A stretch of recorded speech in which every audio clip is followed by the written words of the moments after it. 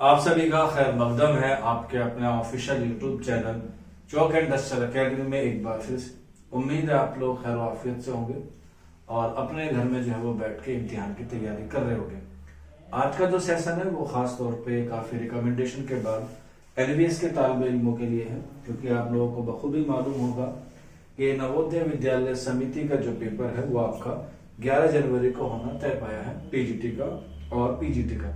हालांकि पीजीटी में सिर्फ एक वैकेंसीज है और जो टीजीटी है उसमें जो है वो काफी सारी वैकेंसीज है, और जो टीयर फर्स्ट है उसमें भी जो है वो आपके 30 नंबर के जो है सवाल आने वाले हैं उर्दू के रिगार्डिंग।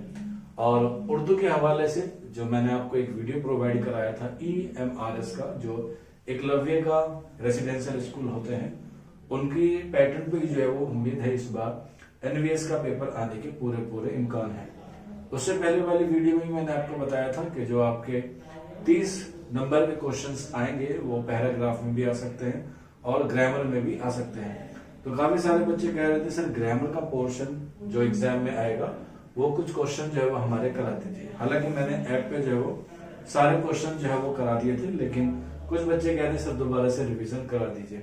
अगर किसी बच्चे ने वो हमारे पहले लेक्चर नहीं देखे हैं, तकरीबन 35 के या 40 के आसपास लेक्चर है जो पूरे एनवीएस के लिए तैयार किए गए हैं, ग्रामर के हैं। आप लोग जो है उसे देख सकते हैं और वो लिंक आपको नीचे डिस्क्रिप्शन में मिल जाएगा, आप वहां जाकर जो है वो उसको लेक्चर को देख सकते हैं। अगर कोई दिक्कत आती है या कोई एरर आता है तो ये हमारा नंबर है, यहाँ पे आप लोग जो है वो देख सकते हैं 9045220432। ये व्हाट्सएप नंबर है, इस नंबर पे भी आप लोग जो है वो रब्ता कर सकते हैं। उसके लिए जो है वो आपको महज 199 जो है वो पे करना होगा, वो आपको मिल जाएगा। चलिए फिर शुरू करते हैं आज के अपने सेशन को, एक बार रिवाइज कर लेते हैं क्योंकि ये हमारा एक रिवीजन बैच है एनवीएस के लिए। तो उसी के रिगार्डिंग जो मेन पॉइंट है या मेन टॉपिक जो है वो आपके निसाब के एतबार से खास तौर पे एनवीएस के लिए आप लोग कोई सा भी एग्जाम दे रहे हो उसके लिए भी इम्पोर्टेंट है, लेकिन जो मेन है वो हमारा एनवीएस है। जैसे DSSS भी हुआ, UPLT ग्रेड हुआ या RPSC हुआ या BPSC है जिसके लिए बहुत अहम है, ग्रामर का पोर्शन है। तो चलिए फिर बिना किसी देरी के शुरू करते हैं। तो कवायद के हवाले से अगर हम लोग बात करें कि कवायद हम लोग पढ़ते क्यों हैं, क्योंकि कवायद जो है वो कायदे की जमा है और ये जो है वो हमारी शुरुआती दौर में पढ़ा जाता है। आपने बचपन में पढ़ा होगा, मकतब में जाके पढ़ा होगा, मदरसे में पढ़ा होगा या स्कूलिंग में भी आप लोगों ने पढ़ा होगा, जिसमें हमें जो है वो अलिफ बे पे जो है वो सिखाया जाता है। वो कवायद भी जो है वो शुरुआती दौर होता है। अब कवायद पढ़ते क्यों हैं ये भी ज्यादा जानना जरूरी है, क्योंकि आप लोग जब टीचर बनेंगे तो आपको जो है वो इंटरव्यू देने जाना होगा और इंटरव्यू में ये सवाल आ सकता है। तो उर्दू जबान को सही बोलने के लिए सलीके से, अदब से, तलफ़ुज़ से, माखद से और भी दीगर चीजों पे जो है वो मबनी होती है और इसीलिए जो है वो हमें ग्रामर पढ़नी होती है। अगर कम शब्दों में कहा जाए तो हम लोग कह सकते हैं कि जबान पर महारत हासिल करने के लिए हम लोग जो है वो ग्रामर पढ़ते हैं। हालांकि यहाँ पर हमें जबान पर महारत हासिल नहीं करनी है, वो लिसानियात का काम है, हमें सिर्फ एग्जाम क्रैक करना है। तो उसी के रिगार्डिंग या उसी के मुतालिक हम लोग जो है वो पढ़ेंगे। तो चलिए फिर बिना किसी देरी के शुरू करते हैं।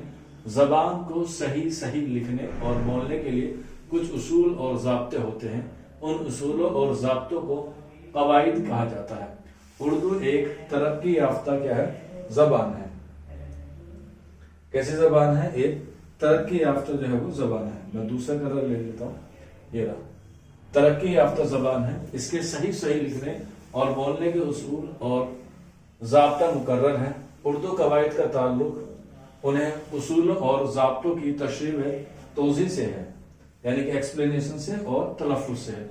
इसके तहत हर्फों, लफ्जों और जुमलों की तकसीम, तारीफ व तश्कील, इनके बरअले इस्तेमाल और उनकी तरतीब के जुमले आमवर से बहस की जाती है।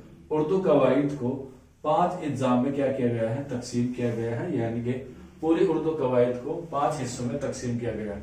जिस तरीके से हमारे हाथ की उंगलियां 5 हैं उसी तरीके से, जिसमें पहला आता है हमारा इल्मे हिज्जा, जिसे हम लोग ऑर्थोग्राफी कहते हैं। इसमें हुरूफ और उनकी हरकत का जो है वो बयान किया जाता है। नॉर्मली क्वेश्चन आ जाता है कि उर्दू कवायद को माहिरीन ने कितने इदवार में या कितने हिस्सों में तकसीम किया है, तो आप बता सकते हैं कि उसे हम लोगों ने 5 में किया है, जिसमें पहला आता है इल्मे हिज्जा।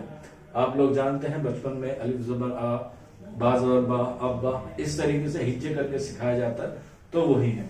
इसके बाद है इल्म सर्फ, ये इंपॉर्टेंट है, जिसे हम लोग एथिमोलॉजी कहते हैं। इसके जेल में लफ्ज की तकसीम, गिरदान और इस्तिकाक और तश्कील से बहस की जाती है। याद रख लीजिएगा, इसमें लफ्ज की बात की जाती है, ये इंपॉर्टेंट क्वेश्चन है। अक्सर एग्जाम में आता है कि लफ्ज पर बहस किस में की जाती है, तो आपको पता होना चाहिए इल्म सर्फ में जो है वो लफ्ज पर जो है वो बहस की जाती है। इसके बाद दूसरा आता है हमारे इल्म नहू, जिसे हम लोग सेंटिक्स कहते हैं। इसके तहत जुमले की इज्जा, उनकी तकसीम और जुमलों के बाहमी ताल्लुक और तरतीब का बयान होता है। तो यहाँ पे हमने पढ़ा था लफ्ज ऊपर, यानी कि इल्म सर्फ में हम लोग बात करते हैं किसकी, लफ्ज की बात करते हैं, और जबकि हम लोग इल्म नहू में किसकी बात करते हैं, जुमले की कह सकते हैं, ये हम लोग अल्फाज की कह सकते हैं। दोनों ही क्या है, मुख्तलिफ है। ये एग्जाम में कंफ्यूज करने के लिए पूछा जाता है। तो इल्म सर्फ हमारा लफ्ज है और जो नहू है वो हमारा जुमला है। इसके बाद इल्म बयान, ये इंपॉर्टेंट है, ये हम लोग कह सकते हैं। इल्म बयान जो है वो पूरी ग्रामर की बैकबोन होती है, एक पूरी रीढ़ की हड्डी होती है। सारी जो कवायद है वो इल्म बयान पर जो है वो मबनी होती है। इल्म बयान के 4 अरकान होते हैं, अक्सर एग्जाम में आते हैं, जिसमें पहला आता है तशबीह, इस्तारा, मजाज मुरसिल और किनाया। इसी के साथ साथ इसी में ही इल्म बयान में 2 चीजें और होती हैं, जिन्हें हम लोग कहते हैं सनाए लफ्जी और सनाए मानवी, जिसे हम लोग अदब में सनत के नाम से जानते हैं। चाहे वो सनाए लफ्जी सनत हो जो लफ्ज के एतबार से होती है, या सनाए लफ्जी जो हो जो लफ्ज के एतबार से और मायने के एतबार से होती है। तो इल्म बयान में जो है वो हम लोग लफ्जों की फसाहत और जुमलों की बलागत से बहस की जाती है। फसाहत और बलागत आपने पढ़ा होगा मीर अनीस को, उसमें जो है वो खासतौर पर बताया जाता है कि दरस बलागत क्या होती है, जिसमें फसाहत और बलागत होती है। वही चीजें मैंने आपको बताई लफ्जी और मानवी के एतबार से जो है वो हम लोग इल्म बयान में पढ़ते हैं। इसे भी हम लोग अच्छे तरीके से कवर करेंगे। इल्म बयान, इसके 4 अरकान होते हैं, याद रख लीजिएगा। याद रखने के लिए बहुत आसान सी ट्रिक है, बा या अलिफ और नून। इल्म बयान में कितने लफ्ज हैं, 4, बा या अलिफ और नून। तो बस इस तरीके से याद रख सकते हैं। इल्म बयान में जो है वो हमारे 4 अरकान होते हैं। इसके बाद आता है इल्म उर्दू, जिसे हम लोग प्रोसीडी कहते हैं। इसमें जो है वो उर्दू अदब को जो है वो 2 इदवार में तकसीम किया जाता है। मैं आपको बता देता हूँ, जैसे इसमें उसी पर जो है वो हम लोग रोशनी डालते हैं। इल्म उरूज में इल्म उरूज जो है वो 2 अदब को जो है वो 2 इदवार में तकसीम करता है। एक हमारा शायरी को करता है और दूसरा जो है वो हमारा नस्ल को करता है। तो उसी के बारे में हमें पढ़ना है। शायरी में कौन कौन सी इसनाफ आती है और नस्ल में जो है वो कौन कौन सी इसनाफ आती है। जैसे शायरी में सबसे पहले गजल आता है, कसीदा आता है, मसनवी आता है, इसके बाद मरसी आता है, रुबाई आता है, किता आता है, शहर आसूब आता है, और इसके अलावा जो है वासुख्त आता है। बहुत सारे जो है वो शायरी की क्या है इसनाफ जो है वो इसमें आती है। नस्ल जो है वो 2 इदवार में तकसीम होती है, जैसे गैर अफसानवी नस्ल होगी और अफसानवी नस्ल हो गई, जिसे हम लोग मरकजी नस्ल के नाम से भी जानते हैं। उसमें 4 आते हैं। इसमें सबसे पहले दास्तान, फिर नॉवेल, अफसाना और ड्रामा। ये हमारी मरकजी नस्ल होती है या अफसानवी नस्ल होती है। इसके बाद जो दूसरी है गैर अफसानवी नस्ल, उसमें जो है वो इन 4 को छोड़ के सभी आती हैं। जैसे फॉर एग्जाम्पल खुद नवीस आ जाता है, खतूत आ जाता है, सवाने उमरी आ जाता है, सफरनामा आ जाता है, डायरी आ जाता है, रपोताज आ जाता है, इंशाई आ जाता है, तनकीद आ जाता है, तहकीक आ जाता है। वो सारे जो है वो गैर अफसानवी नस्ल में जो है वो आते हैं। आइए देखते हैं इल्म उरूज में नस्ल के बरअक्स उसका ताल्लुक शेर से है, यानी कि शेर भी होना चाहिए और नस्ल भी होना चाहिए। इसके तहत शेर के वजन से बहस की जाती है। उनके अलावा इमला, तलफ़ुज़ और औकाफ के जुमले और भी उर्दू कवायद में ज़ेर बहस आते हैं। तो वही है, शेर व शायरी पे हम लोग बात करते हैं, नस्ल में भी बात करते हैं। ये हमारा किस में आ जाता है, इल्म उरूज में आ जाता है। तो इस तरीके से पूरी जो उर्दू कवायद है वो 5 हिस्सों पर क्या है, मुश्तमिल है। तो इन 5 हिस्सों में जो आज का हमारा है वो है इल्म हिजा, जो जिसकी शुरुआत होती है हर्फ से। हर्फ जो है वो किसी भी जबान की जो है वो सबसे छोटी इकाई जो है वो मानी जाती है। हिंदी में, क्योंकि आपने अगर हिंदी ऑप्शन चूज किया होगा तो उसमें आपसे अक्षर पूछा जाता है, और अगर इंग्लिश आपने चुना होगा तो उसमें आप लोगों से जो है वो लेटर चुना जाएगा। जैसे उर्दू में हम लोग पूरी अलिफ से लेके या तक के जो हर्फ हैं उनको हम लोग हुरूफ तहजी कहते हैं, और हुरूफ जो है वो किसकी जमा होती है, हर्फ की जमा होती है। यहाँ पे लिख लीजिएगा अगर नहीं लिखा, क्योंकि आ सकता है कि हर्फ की जमा क्या होती है, हुरूफ होती है। इसी के तहत इसे हम लोग क्या कहते हैं, हुरूफ तहजी कहते हैं। यहाँ पे नोट भी किया है, हुरूफ तहजी की तादाद कितनी है, 36 है। बाज लोग जो है वो 38 भी मानते हैं, जिसमें हमजा और नून गुन्ना को ऐड करके टोटल हो जाते हैं 38। तो हर्फ तहजी की तादाद आपसे पूछी जाए तो आप लोग बता सकते हैं 36 होती है, या फिर आप लोग ऑप्शन में 36 ना हो तो 38। अगर दोनों आ जाए, क्योंकि ऐसा ऑप्शन हो सकता है, तो आप लोग 36 लगा दीजिएगा। ठीक है, ओके चलिए। तो ये हर्फ जो है वो हुरूफ जो है वो हर्फ की जमा होती है, और इसको जो है वो हम लोग हुरूफ तहजी कहते हैं, जिसमें 36 और 38 आते हैं। यहाँ पे नीचे मेंशन भी किया हुआ है, आप लोग जो है वो देख सकते हैं। हुरूफ तहजी को हम लोग 36 भी कहते हैं, यहाँ पे मेंशन किया हुआ है, यहाँ पे आप लोग देख सकते हैं, यहाँ पे लिखा हुआ भी है 36 है। ठीक है, इन्हें हम लोग हुरूफ तहजी के अलावा इसे हम लोग हुरूफ मुफरद के नाम से भी जानते हैं। जिस तरीके से आपने पढ़ा होगा, अगर हिंदी आपने पढ़ी होगी तो हिंदी में भी आता है अलिफ से लेके आ से लेके विज्ञानी तक जो होती है उसे हम लोग क्या कहते हैं, वर्णमाला कहते हैं। ठीक है, इसी के साथ साथ हम लोग जो है वो इंग्लिश में ए से लेकर जेड तक को क्या कहते हैं, अल्फाबेट कहते हैं। ठीक है, इसमें कितने होते हैं, 52 होते हैं, और इसमें जो है वो हमारे 26 होते हैं।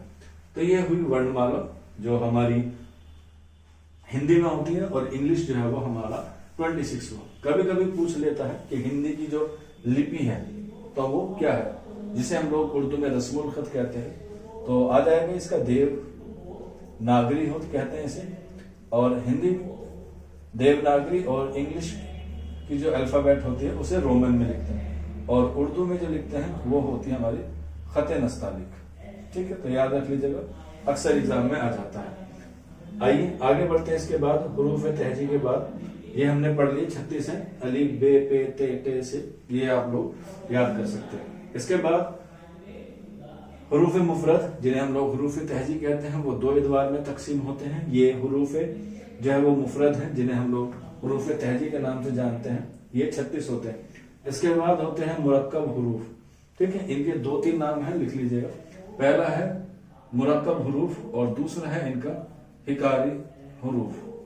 ठीक है, इनकी तादाद अक्सर एग्जाम में आती है, यहाँ पर 14 है। यहाँ पे 15 लिखी हुई है, ये जो लास्ट वाला है इसको नहीं माना जाता, करेक्शन कर लीजिएगा, ये 14 है। ठीक है, ये 2 लफ्जों से बनके मिलके बनते हैं, जैसे भा, फा, ता, ठा, जा, छा, धा, डा, रा, रे, घे, घे, ले और में। ये जो है वो सारे लफ्ज हैं जो हिकारी हर्फ हैं। अक्सर एग्जाम में पूछे जाते हैं कि हिकारी हर्फ कितने हैं, तो 14 है। तो ठीक उसी तरीके से यहाँ से 36 हुए और यहाँ 14 हुए, तो टोटल हो गए 50। तो इस तरीके से आप लोग जो है वो इनको ऐड भी कर सकते हैं। और एग्जाम में अगर पूछा जाए कि हुरूफ तहजी, हुरूफ मुफरद और हुरूफ मुरक्कब मिलकर कितने बनते हैं, या हुरूफ तहजी के साथ अगर हम लोग हिकारी हर्फ जोड़ देते हैं तो कितने हर्फ मिलते हैं, तो आप लोगों को पता होना चाहिए। टोटल हो जाते हैं कितने हमारे, 52 या 50। तो ये हुई हमारी जो है वो हुरूफ मुफरद और हुरूफ मुरक्कब की बात। दिन में हमने पढ़ा हुरूफ मुफरद 36 होते हैं, और हुरूफ मुरक्कब जो है वो 14 होते हैं, जिन्हें हम लोग हिकारी हर्फ कहते हैं। इसके बाद आगे बढ़ते हैं, और उसके बाद हम लोग अलिफ की कुछ इकसाम देख लेते हैं जो अक्सर एग्जाम में आ जाती है। जैसे अलिफ की 2 इकसाम है। पहली है अलिफ मकसूरा, वो अलिफ जिसकी आवाज सादा होती है, अलिफ मकसूरा उसे कहते हैं। जैसे अदब, बाल, हवा, जुआ, बहुत सारे बादल, ठीक है, चावल। तो इस तरीके से जो अलिफ होता है उसे हम लोग क्या कहते हैं, अलिफ मकसूरा कहते हैं। इसके बाद दूसरी इकसाम है अलिफ ममदूदा, जिस पर ये निशान होता है उसे हम लोग कहते हैं अलिफ ममदूदा। और ये अलिफ जो है वो थोड़ा सा खींच कर पढ़ा जाता है, और इसकी पहचान ये है कि उस पर ये निशान लगा हुआ होना चाहिए, ये अलामत होनी चाहिए। इस पर ये अलामत होती है, इसे मद कहते हैं। यानी कि जो अलामत है इसे हम लोग उर्दू कवायद में क्या कहते हैं, मद कहते हैं। आपने सुना भी होगा और देखा भी होगा। और इसे हम लोग जो है वो थोड़ा सा खींच कर पढ़ा जाता है। अगर हम लोग बात करें कितना खींच के पढ़ा जाता है, तो 5 अलिफ के बराबर जो है वो इसे खींच के पढ़ा जाता है। तो यहाँ पे आप लोग देख सकते हैं जैसे आम, आन, आग, ठीक है। और भी बहुत सारे लफ्ज हो सकते हैं, जैसे आम लोग कह सकते हैं कि इसमें जो है वो आहंग, ठीक है। इसके अलावा जो है वो और लफ्ज ऐड कर सकते हैं, लेकिन ये है कि अलिफ ममदूदा आपको जो है वो स्टार्टिंग में देखने को मिलता है। अलिफ मकसूरा बीच में भी आ सकता है, आखिर में भी आ सकता है और शुरुआत में भी आ सकता है। अलिफ ममदूदा जो है वो आपको किसी में दिखाई देने का शुरुआत में ही देखने को मिलेगा। जैसे हम लोग आसमान और बहुत सारे लफ्ज बना सकते हैं, लेकिन समझने के लिए जो है वो ये दो जो है वो सफिशिएंट है। इसके बाद अलिफ ममदूदा ज्यादातर लफ्ज के शुरू में आता है, जैसे मैंने आपको अभी बताया, लेकिन अरबी के कुछ अल्फाज के दरमियान में भी इसका इस्तेमाल हो जाता है। अरबी में होता है, उर्दू में नहीं होता। आपका पेपर जो है वो उर्दू में होगा, अरबी या फारसी में नहीं होगा, लेकिन जान सकते हैं जैसे कुरान और मान। इस तरीके से ये हुई अलिफ की दो एग्जाम। उसके बाद बात करते हैं नून गुन्ना की, जो मैंने आपको बताया था। पहला है नून जाहिर, इसका तलफ्फुज बिल्कुल जाहिर और आया होता है, जैसे जान, पान, ध्यान, नमक और इंसाफ। इसे हम लोग नून जाहिर कहते हैं। इसके बाद दूसरा है नून गुन्ना, जो मैंने हमजा और नून गुन्ना के आपके बारे में बताया था कि इसकी आवाज नाक से निकलती है, जैसे आंगन, पतंग और पलंग। ये भी बीच में भी आ सकता है और लास्ट में भी आ सकता है। शुरुआत में जो है वो सिर्फ नून जाहिर जो है वो आता है, नून गुन्ना जो है वो आखिर में नहीं आता है। जैसे यहाँ पे देख लीजिएगा, लेकिन नून गुन्ना जब लफ्ज के आखिर में आए तो उस पर नुक्ता नहीं होता है, जैसे कहा, नहा, जहां और नहीं। तो ये भी जो है वो आप लोग याद रख सकते हैं। नून गुन्ना को अगर ये आखिर में आता है, बीच में आता है, तो आप लोग नून गुन्ना को इस तरीके से बता सकते हैं। यहाँ पे आपने देखा कि लास्ट में ही आया है और शुरू में भी आया है और बीच में भी आया है। जबकि नून गुन्ना जब लास्ट में आता है तो उसमें क्या नहीं लगता है, नुक्ता जो है वो नहीं होता है। उम्मीद है आपको नून जाहिर और नून गुन्ना के बारे में पता चल गया होगा। आइए इसके बाद आगे बढ़ते हैं और मोस्ट इंपोर्टेंट टॉपिक है, या अगली बात जो हम लोग लिख रहे हैं, यहाँ से एग्जाम में सवाल के चांसेस जो है वो सबसे ज्यादा होते हैं, क्योंकि हम लोग बात करेंगे वाव की, ठीक है। तो इसमें जो है वाव की 3 किस्में हैं, हालांकि वाव की 4 किस्में होती हैं, मैं आपको सारी बताऊंगा। पहले आती है हमारी वाव मारूफ। ये वाव खींच कर पढ़ी जाती है और इस पर ये निशान लगा होता है और इसकी अलामत होती है, जिसे हम लोग साकिन या जज्बी कहते हैं, जैसे हु, बू, सु, नूर या हूर। तो ये क्या है, वाव मारूफ है, जो थोड़ा सा खींच कर पढ़ा जाता है। इसे हम लोग हिंदी में भी कह सकते हैं कि ये जो है वो बड़े ऊ की आवाज देता है, जैसे हूर, नूर, खूर, सु, इस तरीके से। यानी कि ये लफ्ज जो है वो खींच कर पढ़ा जाता है, तो इसलिए इसे हम लोग वाव मारूफ जो है वो कहते हैं। जैसे मारूफ में ही क्या लिखा हुआ है, ये वाव जो है वो थोड़ा सा खींच के पढ़ा जाता है, वाव मारूफ। तो ये क्या हो गया हमारा, वाव मारूफ हो गया। इसके बाद वाव मजहूल होता है। ये जो है वो मोस्टली हिंदी में इस की आवाज देता है, यानी कि ए की आवाज देता है या ओ की आवाज देता है, जिसे खींच कर नहीं पढ़ा जाता या नहीं पढ़ा जा सकता, उसे हम लोग वाव मजहूल कहते हैं। जैसे कु, मोल, ओस, शोर। इस तरीके से जैसे अगर हम लोग हिंदी में लिखें तो ये शोर हो जाएगा, ये मोर हो जाएगा, ठीक है। इसी तरीके से हम लोग जो है वो रोक भी लिख सकते हैं। तो यानी कि ये ऊ की आवाज जो है वो ज्यादा देता है, तो इसे हम लोग क्या कहते हैं, वाव मजहूल कहते हैं। इसके बाद मोस्ट इंपोर्टेंट यहां से सवाल आता है वाव मादूला। ये वो अल्फाज, ये वो वाव लफ्ज में लिखे होने के बावजूद भी जो है वो पढ़ा नहीं जाता, यानी कि ये होता तो है लेकिन पढ़ा नहीं जाता। इसे हम लोग एक तरीके से वाव साइलेंट के नाम से जानते हैं, जैसे ख्वाब, ख्वाहिश, खुश, खुर्शीद। इसके अलावा जो है वो दरखास्त आ जाता है, दरखास्त में भी जो है वो नहीं होता है वाव। इसके अलावा तनख्वाह, ठीक है, तनख्वाह में भी जो है वो वाव होता है, लेकिन ये जो है वो पढ़ा नहीं जाता। इसके अलावा खामा, खां, तो ये ऐसे वाव होते हैं जिनको हम लोग वाव मादुला कहते हैं। ये वाव लफ्ज में तो लिखे होते हैं लेकिन पढ़े नहीं जाते, ये साइलेंट होते हैं। इसी के अलावा एक और वाव होता है जिसे हम लोग कहते हैं वाव अत्फ। ये अक्सर एग्जाम में आता है, यहाँ पे नहीं लिखा हुआ लेकिन मैं आपको बता देता हूँ। जैसे वाव अत्फ होता है, ये जो है वो दो चीजों को जो है वो जोड़ता है, वाव अत्फ, ठीक है। जैसे अगर आप लोग देखते होंगे वाव अत्फ को, ठीक है, जैसे आपने पढ़ा होगा शब रोज, ठीक है, शब रोज, मैं यहां लिख देता हूं थोड़ा सा करेक्शन वाला, शब रोज। ये हो गया हमारा वाव। इस वाले वाव को वाव अत्फ कहते हैं। जैसे आपने पढ़ा होगा शोला व शबनम, शबनम, तो इसमें जो वाव आया है ये क्या है हमारा वाव अत्फ है। इसे भी जो है वो अक्सर एग्जाम में पूछ ले जाता है, दो चीजों के, जमीन और आसमान, ठीक है, और फिक्र, गौर और फिक्र जिसे हम लोग कहते हैं, गौर और फिक्र, तो उसमें वाव आता है तो उससे हम लोग क्या कहते हैं, वाव अत्फ कहते हैं, अक्सर एग्जाम में आ जाता है।